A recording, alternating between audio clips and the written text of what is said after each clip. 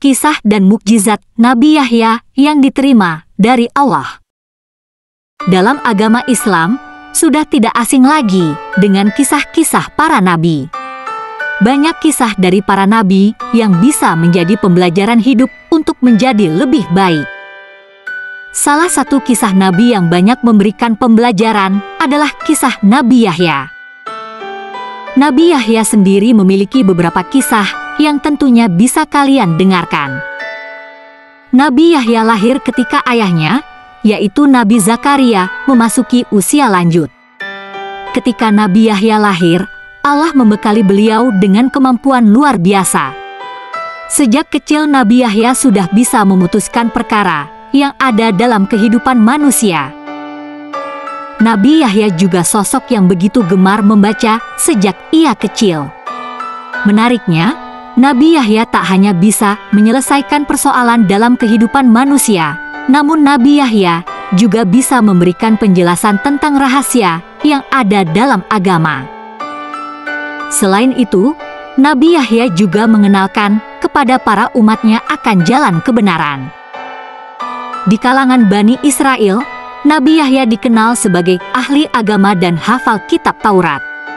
Beliau juga sosok yang begitu berani mengambil keputusan, tidak takut akan hinaan dan tak menghiraukan setiap ancaman dari penguasa dalam usaha yang sedang dijalankannya untuk menegakkan kebenaran. Nabi Yahya juga selalu menganjurkan orang untuk bisa bertobat. Nabi Yahya diberi nama Yahya langsung dari Allah. Hal ini juga sudah dijelaskan dalam Al-Quran, surat Maryam ayat 7, yang berbunyi, "Kelak akan dilahirkan seorang nabi yang lahir dari keturunan seorang nabi, yaitu Nabi Zakaria." Berbeda dengan anak seusianya, ketika Nabi Yahya berada di usia masih kecil, beliau lebih memprioritaskan untuk belajar. Sehingga semua hal yang dilakukan oleh Nabi Yahya pada masa pertumbuhannya adalah suatu hal yang memberikan manfaat dan tidak akan memberikan kerugian terhadap dirinya sendiri. Nabi Yahya juga memiliki ketekunan dan begitu rajin dalam urusan ilmu agama. Bahkan ketekunan yang dimiliki oleh Nabi Yahya, beliau menolak diajak bermain ria oleh para temannya. Nabi Yahya dengan tegas memberikan pengetahuan kepada temannya, jika kita diciptakan oleh Allah Subhanahu wa Ta'ala bukan untuk bermain-main, melainkan untuk beribadah. Suatu ketika terjadi peristiwa, teman dari Nabi Yahya sedang asik menyiksa seekor binatang. Namun Nabi Yahya tidak melakukan hal yang sama, malah beliau lebih kerap berbuat baik serta memberikan kasih sayang penuh kepada setiap binatang. Karena hal inilah Nabi Yahya selalu disegani dan dihormati oleh para binatang-binatang. Hal ini tak lepas dari kebiasaan mulia yang sudah beliau terapkan sejak berusia dini.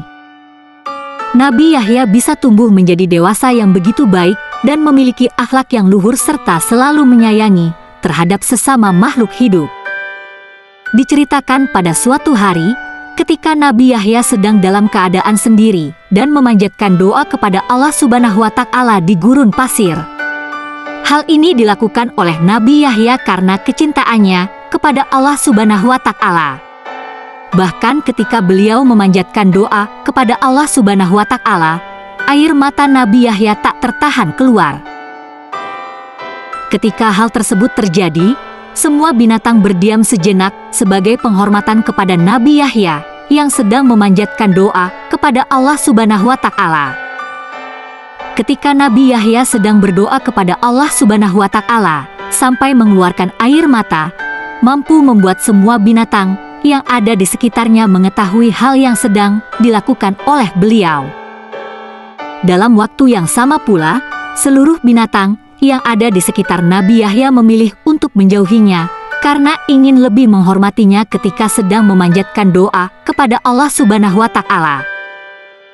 Hal ini juga salah satu mukjizat yang diberikan Allah Subhanahu wa Ta'ala kepada Nabi Yahya. Lalu ketika Nabi Yahya ingin makan, beliau memutuskan untuk makan binatang belalang. Sedangkan untuk air minumnya, Nabi Yahya memutuskan untuk mengambil air dari sungai terdekat. Suatu hari, datang sesosok iblis menghampiri Nabi Yahya. Maksud kedatangan iblis kepada Nabi Yahya adalah untuk membujuk beliau dengan berbagai cara seperti membujuknya dengan nasihat. Akan tetapi Nabi Yahya tahu maksud dan tujuan dari iblis ketika menghampirinya dan memberikan nasihat kepada beliau, yaitu untuk menggoda keimanan. Karena hal tersebutlah usaha iblis menggoda Nabi Yahya gagal, sebab Nabi Yahya yakin akan kedustaan iblis. Karena gagal membujuk Nabi Yahya, seketika iblis pergi meninggalkan beliau. Namun iblis masih menginginkan harapan di kemudian hari dirinya mampu membujuk Nabi Yahya. Tibalah hari yang dinantikan iblis selama ini. Iblis kembali menemui Nabi Yahya dengan tujuan yang sama, yaitu menggoda keimanan beliau. Akan tetapi upaya iblis dalam menggoda Nabi Yahya kembali gagal. Hal ini tak lain karena Nabi Yahya adalah salah satu makhluk yang dijaga oleh Allah Subhanahu wa Ta'ala. Pada masa itu, kota Yerusalem sedang dipimpin oleh seorang raja bernama Herodes. Pada saat itu Raja Herodes ingin melakukan pernikahan dengan kerabatnya sendiri, yaitu Putri Herodia. Paras cantik Putri Herodia membuat Raja Herodes jatuh hati kepadanya. Karena hal tersebutlah, Raja Herodes tak berdaya oleh Putri Herodia. Sebenarnya saat itu Raja Herodes tahu bagaimana hukum yang berlaku tentang menikahi kerabatnya sendiri. Di mana sebenarnya dalam tuntunan kitab Taurat menjelaskan jika menikahi yang masih kerabat adalah suatu hal yang dilarang. Namun Raja Herodes masih tetap bersikukuh untuk menikahi Putri Herodia. Para penasehat kerajaan sudah memperingatkan Raja Herodes akan hukum yang berlaku dalam mempersunting seorang kerabat adalah sebuah larangan keras. Namun semua peringatan yang diberikan oleh para penasehat kerajaan diabaikan begitu saja oleh Raja Herodes, dan ia memutuskan untuk tetap melanjutkan pernikahannya. Ketika Nabi Yahya memutuskan untuk menemui Raja Herodes dengan maksud untuk mengingatkannya, namun karena hal tersebut membuat Putri Herodia terpukul. Tentunya mengetahui kondisi Putri Herodia terpukul membuat Raja Herodes marah kepada Nabi Yahya. Selanjutnya Raja Herodes memutuskan untuk memberikan perintah kepada pasukannya untuk melakukan penangkapan terhadap Nabi Yahya serta ingin membunuhnya. Dalam penangkapan yang dilakukan oleh para pasukan Raja Herodes, Nabi Yahya tidak melakukan perlawanan sekalipun. Hal ini karena Nabi Yahya yakin jika dirinya dijaga oleh Allah Subhanahu wa Ta'ala. Nabi Yahya dibawa oleh pasukan Raja Herodes untuk menerima hukuman mati. Mengetahui apa yang akan terjadi pada Nabi Yahya, Putri Herodia merasa senang. Bahkan Putri Herodia meminta agar kepala Nabi Yahya dibawa kepadanya. Raja Herodes mengabulkan permintaan Herodia. Nabi Yahya dipenggal kepalanya oleh Raja Herodes. Nabi Yahya dibunuh saat masih berusia sangat muda, yakni 32 tahun. Dalam kehidupannya, Nabi Yahya memiliki mukjizat dari Allah Subhanahu wa Ta'ala. Salah satu mukjizat yang diterima oleh Nabi Yahya langsung dari Allah Subhanahu wa Ta'ala adalah Al-Hanan. Maksud dari Al-Hanan adalah ilmu tentang rasa cinta terhadap sesama makhluk beserta alam semesta. Karena hal itulah, Nabi Yahya selalu dicintai oleh semua makhluk lain.